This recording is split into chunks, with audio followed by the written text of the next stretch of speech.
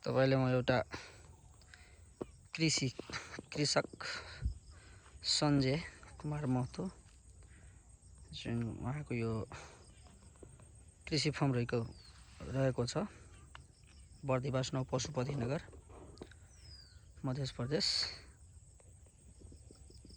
2 मा तपाईलाई यो यहाँ उहाँको लागत खर्च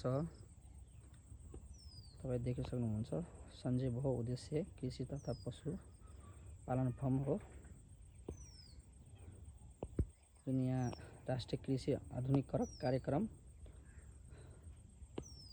जल प्रविधि एकाइ महोत्तरीबाट ग्रामीण नमुना तरकारी फर्म स्थापना लाभकारी संस्था श्री सञ्जय बहुउद्देश्य कृषि तथा पशुपालन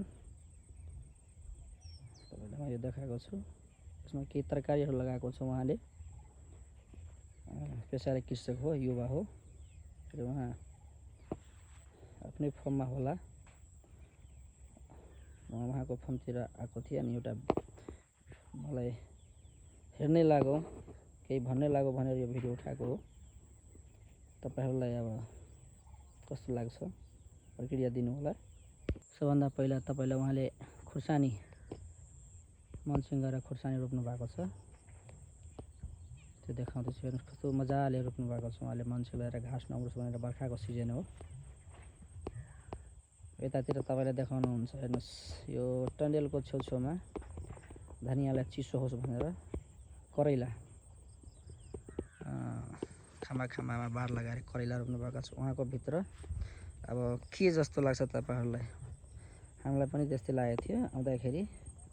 उहाँले मजाले हेर्नुस् कस्तो राम्रो धनिया फलाउनु भएको छ। यो गर्मीको सिजनमा पनि भ्यान्टा रोप्नु भएको छ। हेर्नुहुन्छ तपाईँ मल्चिङ गरेर रोप्नु भएको छ यहाँले। यो सबै यो उहाँले पनि अर्कै फर्मबाट किनेर ल्याउनु भएको हो। यो बिरुवा यो भ्यान्टाको जोडिएको हुन्छ, बिजी भन्छ। पर बिरुवा उहाँको भने अनुसार 20 रुपैयाँ परेको हो। अरु पनि टमाटर हेर्नुस् यो तराईको टाइममा यो अहिले टमाटर नहुने मौसम हो। सबै फुल लागेको छ अहिले उहाँको फर्ममा।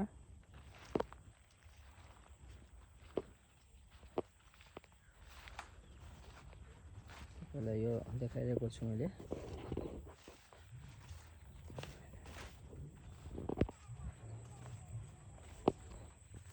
तपाईलाई म यो देखाइरहेको छु। फल पनि लागिसकेको छ। हेर्नुस् बिरुवा पनि कति राम्रो। अझ यसमा मैले के देखेँ भनेपछि यो उहाँले थोपा सिँचाइ तपाईँ देख्नुहुन्छ यो थोपा सिँचाइ लगाएको छ जसको माध्यमबाट उले हिलटेक माथि पानी राखेर यो प्रत्येकको जरामा यो मल्चिङको मुनिबाट पाइपिङ गरेको हुन्छ जसमा उसलाई चाहिए अनुसार पानी छोडिन्छ। त्यहाँ नोजल मार्फत उसलाई टमाटरलाई पानी उसलाई चाहिने पानी उसलाई उहाँले दिइराख्नु भएको छ है त। फेरि आफ्नो फर्मको लागि मलको अभाव टार्नको लागि उसले यहाँ गडौला मल उत्पादनको लागि आफ्नै फर्ममा उत्पादन गरिराख्नु भएको छ। यहाँ भित्र हेर्दा जाँदैछु के रहेछ। छिर्दाखेरि यस्तो दृश्य देखेँ मैले। उहाँ आफ्नै फर्ममै रहेछ। हामीले गडौला मल के हुँदो रहेछ कस्तो हुँदो रहेछ बुझ्न खोज्दाखेरि उहाँले हामीलाई देखाउनुहुन्छ। कस्तो रहेछ हेरौँ त गडौला मल। त्यसले गर्दै रहेछ के, उसको फाइदा के। ओ जाटे यहाँ त यो त यतै पाउने चाली हैन यो गडौला।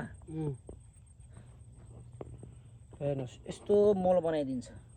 अब यसले यो यही मल उसले आफ्नो यो फर्ममा युज गर्नुहुन्छ। उहाँको तरकारी लिन आउन तरकारी बेच्न पनि बजारसम्म त्यतिको जानु पर्दैन। उहाँको घरमै व्यापारीहरू आइपुग्नुहुन्छ। उहाँले त्यो मल्चिङ गर्नको लागि त्यो थोपा सिँचाइको लागि मल्चिङको मुनि यो हेर्नुहोस् यस्तो प्रविधिले उहाँले पाइपलाइनबाट उहाँलाई पानी दिनुहुन्छ चाहिएको खण्डमा।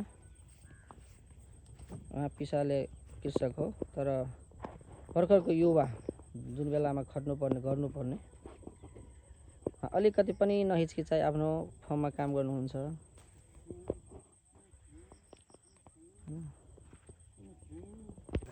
अघि तपाईँले मैले उता पहिलो लटको धनियाँ देखाएको थिएँ, यसमा घाँस अलिक बढी भएको छ हैन। यो उहाँको दोस्रो लटको धनियाँ हो। यतातिर गोडिराख्नु भएको छ हेर्नुहोस्। यसरी यसलाई गोडमेल गरेपछि यो धनियाँ मजाले फस्टाउँछ, झार बनेर आउँछ।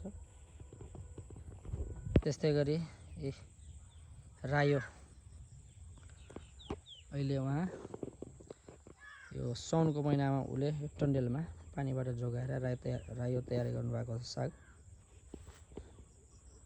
सोफामा आउँदाखेरि अनेक किसिमको तरकारीहरू पुरै विषादी नप्रयोग गरिकन उसले आफ्नै घरमा जुन गाईबस्तुको पिसाबलाई कीटनाशक युरियाको रूपमा प्रयोग गर्नुभएको छ।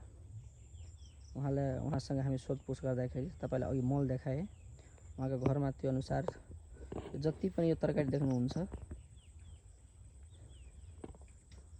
अति नै किरा भयो भने उहाँले विषादी थोरै मात्रामा मान्छेलाई असर नपर्ने गरेर युज गर्नुहुन्छ। हैन भने उहाँले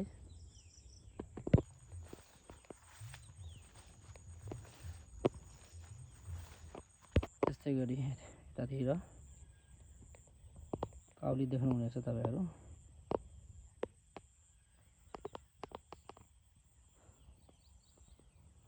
पर उहाँको अर्को टन्डेल, बिउ उत्पादन गर्ने टन्डेल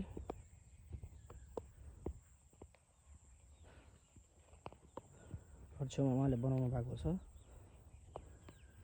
बिउ राख्ने काम चाहिँ त्यहाँभित्र हुन्छ।